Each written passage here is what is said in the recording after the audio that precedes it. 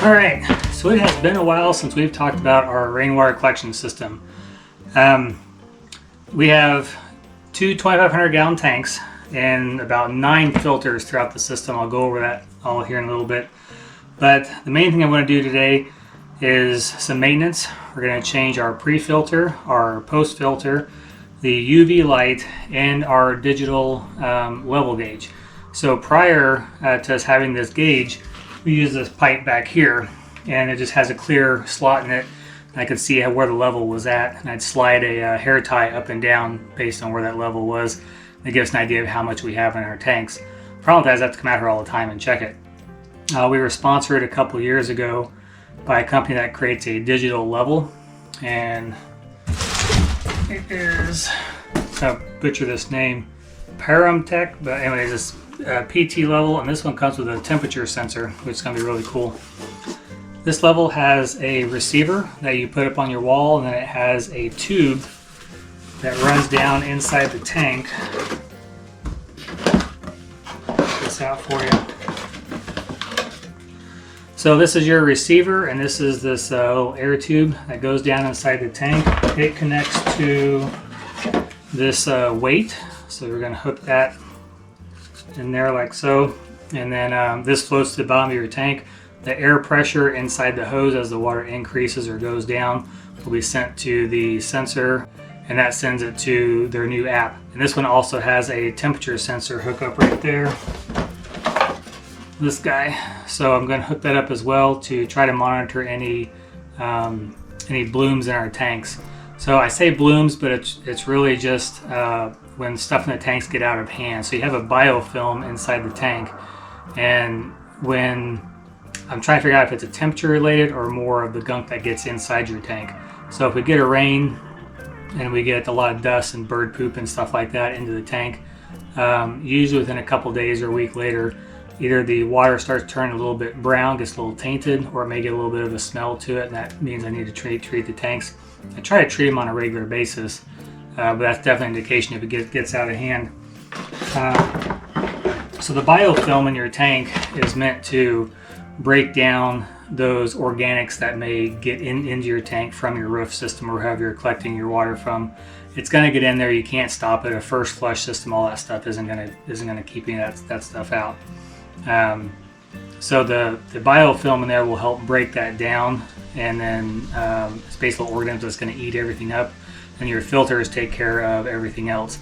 But when you get an overload of organics in there, like I said, it can taint your water or make it smell a little bit. So I'm trying to determine if temperature is an indicator of when that's going to happen, so I can try and get ahead of the game. But these tanks are 2,500 gallons a piece. If you read online how much bleach it takes, we put liquid bleach in there, how much it takes to treat a tank like that, it's like 8 cups per tank. That's 16 cups altogether. I did that the first time. Not only did it kill the biofilm completely, but it also, we could smell bleach in the faucets and stuff in the house, so we didn't want that. So I've scaled it back quite a bit. I've played with it a little bit to the point where I know if my tanks are full, I'm only going to put in 2 cups per tank. If it's halfway full, I'm going to use 1 cup per tank, and so on and so forth. You can figure out the scale from there. I don't want to kill that biofilm. It takes a long time to get it back. It can take months to get that biofilm built back up in there. And in the meantime, your water is just not going to taste the best. A couple years ago, we had a big drought. We're in a drought right now. And I was filling the tank with city water. I would gravity feed it into the tanks, and that chlorine killed our biofilm. And so I wiped it out twice since we've done the system in the last 4 years. And it's just not something that you want to do. We're going to install this new level, change our filters, and should be it for the day. So let's get started. Okay, I'll start with the pre-filter. This is a Aquasana Rhino system. You can still buy these on their website. I originally put this in, I think after everything was said and done, I was right around $2,500. Then I did their filters for life. So they send me, you're supposed to change this one every 2 months, the pre-filter. The post-filter is every 6 months. The UV lights every year. The big filters are every 5 years. So I'll be changing these guys out next fall. But anyways, they'll send you 3 pre-filters and 1 post-filter every 6 months. So, and they send you to a little bit of a discounted rate if you join their Filters for Life program. Then in 5 years, I'll get they'll automatically send these to me, and they automatically send me the UV light every year. So go ahead and get going on this. I've told everyone aside I'm turning off the water. I've learned that before, that I've turned off the water and they freaked out because there wasn't any water flowing. So tool-wise, this is the wrench that comes with the system. I've got a bucket to catch the water. I've got some Vaseline to put on the seal in there, and then of course I've got my filters up here I'll go over. So I'm going to shut that one off. We'll shut these valves off. So I got no water going through the system, and then I have a pressure relief valve right here.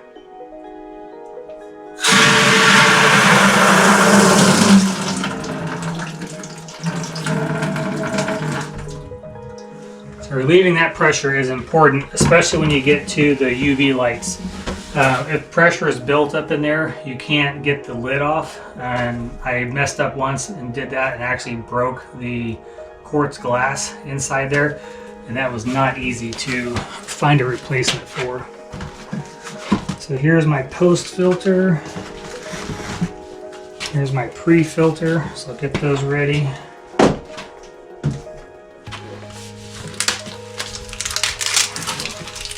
On the post filter, it's not so bad, but on the pre-filter, it's kind of difficult to get this to line up perfectly inside there. So there's a little bracket that I bought that fits up in there, and that keeps it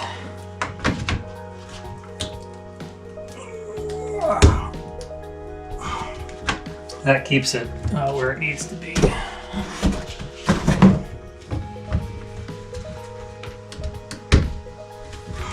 Turn it the wrong way. Alright. That's where the Vaseline comes in at. If you don't have it Vaseline, this will get locked on you. It'd be really hard to get off. We'll see how nasty this filter is here in a minute. How brown that is.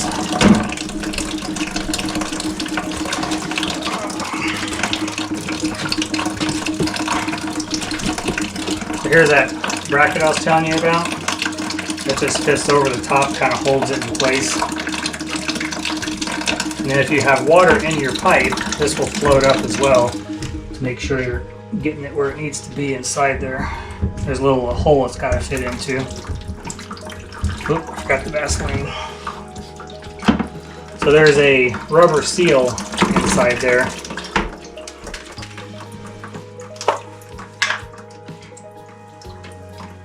Just going to take a little bit of Vaseline and apply it to that seal so it doesn't get locked on us 6 months or 2 months down the road. I change this one every 2 months.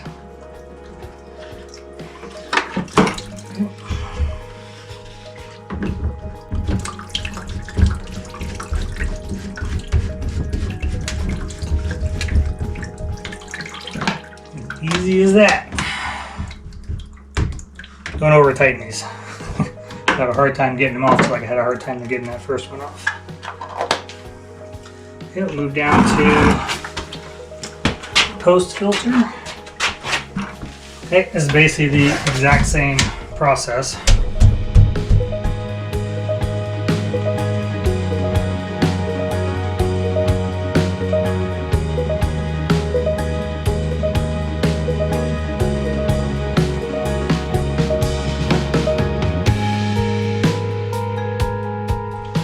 This one is by far, I think, one of the harder ones to change.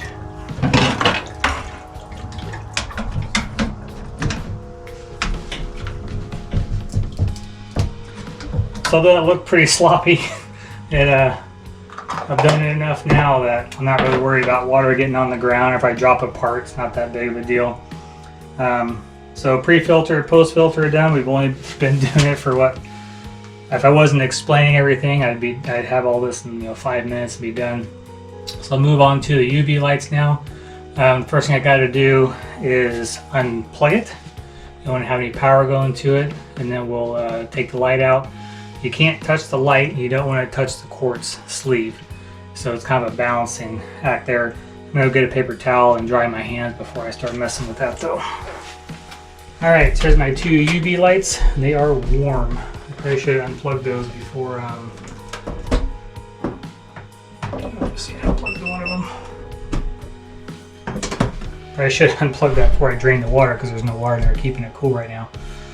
So, in order not to break the sleeve inside there, so what it is you have this power coming down to the light, and then this hooks into the light, but the light is held down by this cap right here.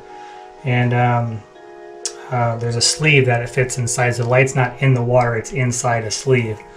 You need to loosen this top cap and relieve pressure from the system, otherwise you can break that sleeve. Like I said, I did it once. I don't suggest doing it. So I'm just going to loosen that up, and then I should be able to take the light out. This always, ever since I broke one, this just gets to me when I do this now. There we go. There, that'll work. Alright, so here's the old light. And get the new one. Here's our new light. So slide that in there like so. And this has grooves in it, so you're only allowed to hook it on one way. So if you notice, I didn't touch the glass at all. The oil on your fingers can cause that to break. Alright, so this top cap is still loose. Remember, you gotta loosen that, otherwise you'll break that sleeve inside. So now that I got that attached, I can go ahead and tighten this down. And this isn't super tight. It's just a tick beyond hand tight, because again, you don't want to break that sleeve down in there. So I can go ahead and turn that back on. And it keeps the previous time. There's a CMOS battery in there that will keep your previous time. So if you unplug it or have a power loss, don't worry, it's not going to reset your timing at all. So I do need to hold the button down, and then it will count down and reset the time back to 365 days. And then when it gets down to, I think, 10 days, it'll beep every minute or so. And then as it gets down to, it's going to reset now. Okay, 375 days. So as it gets down even further, it'll start beeping faster and faster. By the time you get to 0, it's just beeping and annoying the crap out of you. So I'm going to go ahead and turn things back on.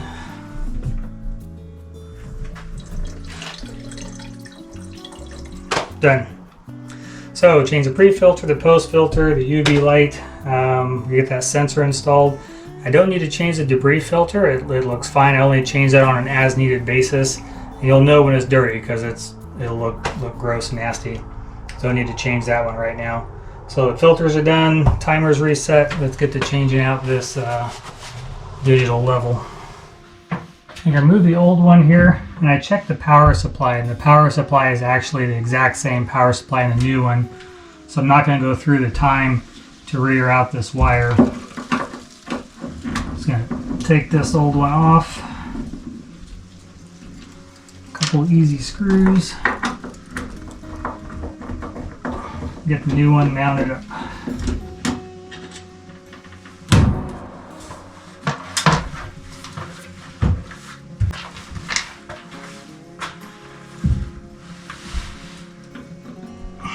Orientation on this one's a little bit different because of the, ouch, because the way the sensor is set up. I'm going to have to mount it this way, it looks like.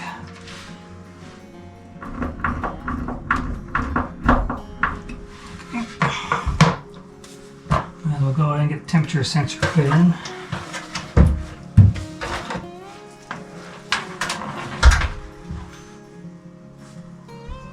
This is where I screwed up. I moved the camera to get a better shot at changing out the air tube, weight, and drilling a new hole to feed the temperature sensor into the tank. And the lighting in that video was just so bad I couldn't use the film.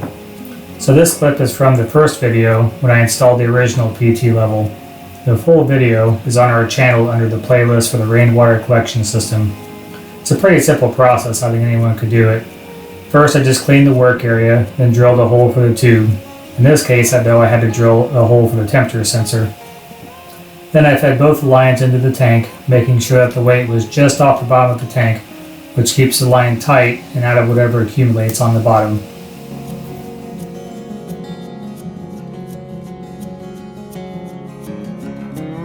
Alright, so I got everything set up on the app. It actually still shows the old one and then shows the new one as well. I'm pretty sure I can log on to this on my computer and then I'll show you guys what I'm looking at here. It was very easy to install. You basically turn the Wi-Fi on your phone to the device and it submits its own signal. Once you log into that, then it tells you to or just walk through the process of setting it up and then hooks you back up to your regular Wi-Fi, and then the app and everything works. The only thing you really have to do is calibrate it. If you're starting out with brand new tanks, you're not really going to know what the percentage of being full is. So luckily I had the existing one, which told me we were at 27%. If I didn't know that, I'd wait until we got up to being full, and I just put it at 100%, or just guess for the meantime until you get 100% full. You can also set the diameter and the depth and everything of your tanks, and then it will give you an idea of how many gallons you have left and what the water level is at. Special thanks to the PT level guys. I really appreciate them sending out another one to us. They told me they were using our last videos for customers who called in wanting how to hook it up. But they were sending it to our channel to watch that video, so I really appreciate that. And it's a cool product. You know, we searched around quite a bit for some sort of digital level to make it easier for us to read our water gauging how much water we had. And this is extremely simple. I got my wife's phone, it's on my phone. We just log in and see where we're at. I also set up email alerts to where if it gets below 20%, it automatically sends me an email. Actually, it's when it crosses that 20% threshold. So if I set it at 20%, when it goes below 20%, I get an email. Then when it goes back above 20%, I get an email. So anytime it crosses whatever threshold you put in there, it'll send you an email. You can also have it send you a text. This new one has the temperature gauge on it. So it's going to check the temperature. So you can also set warnings for temperature. So it actually has two temperatures. One is the temperature of the device or the sender unit, and it's at 90 degrees right now. And my tank is at 76.4 degrees where the probe is sitting at. So now what I'm going to do on my log, you should always have a log. So on my log here, I've got tanks, you know, what the current level is, how much bleach I added, the date that I added it, and why I added it. I've got pre-filter and post-filters, which I need to write in. I just did those today. So I got my pre-filter, my post-filter, my lights when I do those, the debris filter. So what's today?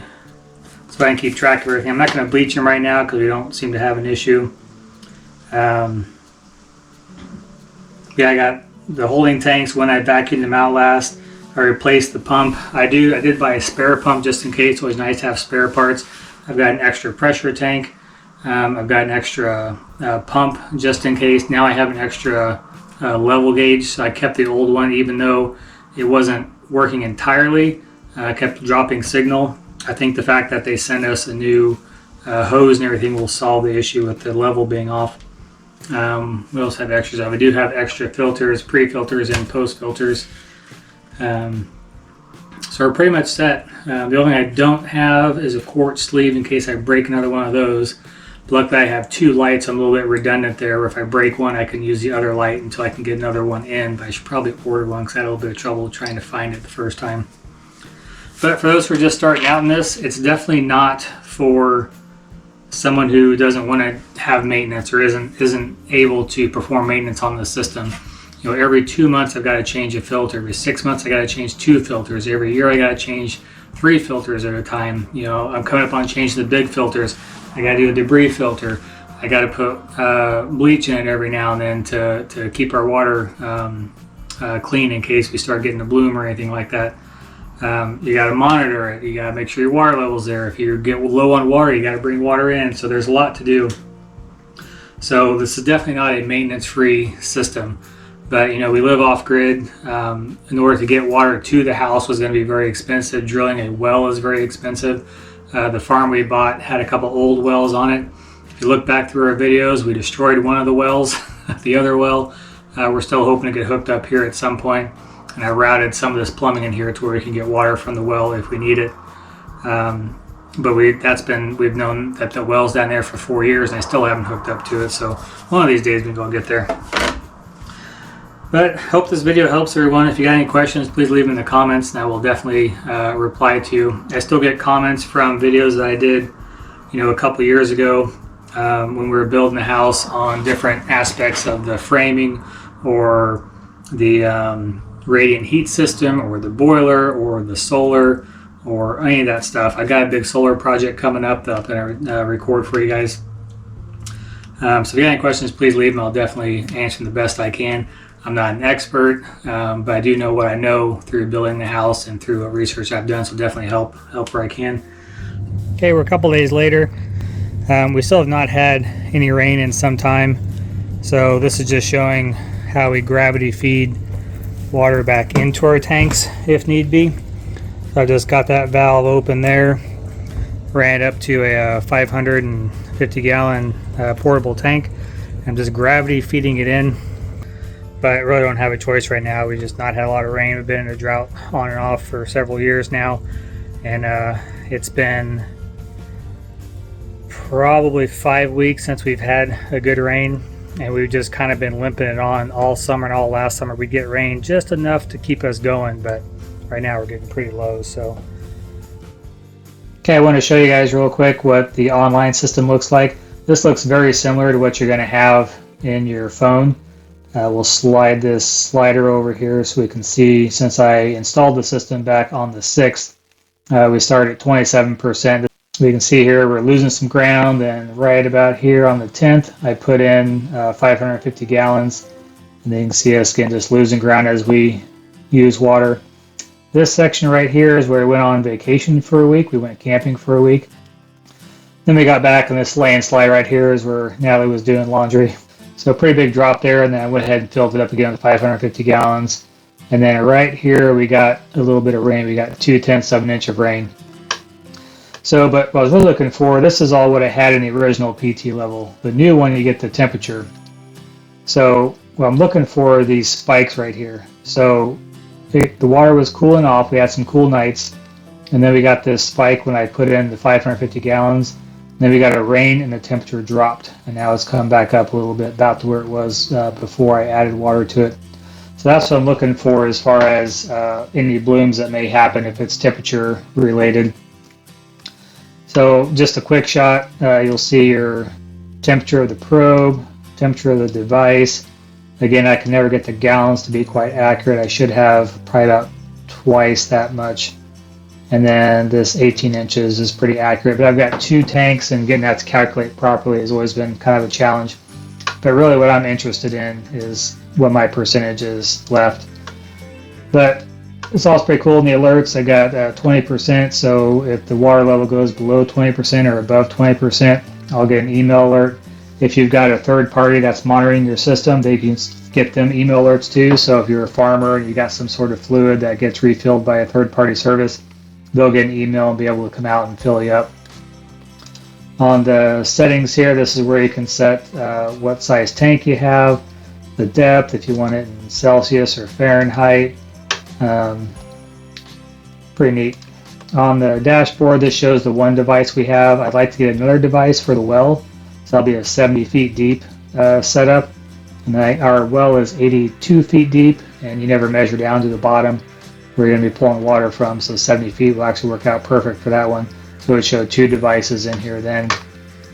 But it's a pretty sharp system. Again, like I said before, I definitely suggest this to anyone looking for a way to monitor your level of your well or your storage tanks or your farm pesticides or diesel fuel, or wherever you got anything liquid. This is going to be able to give you a level for it.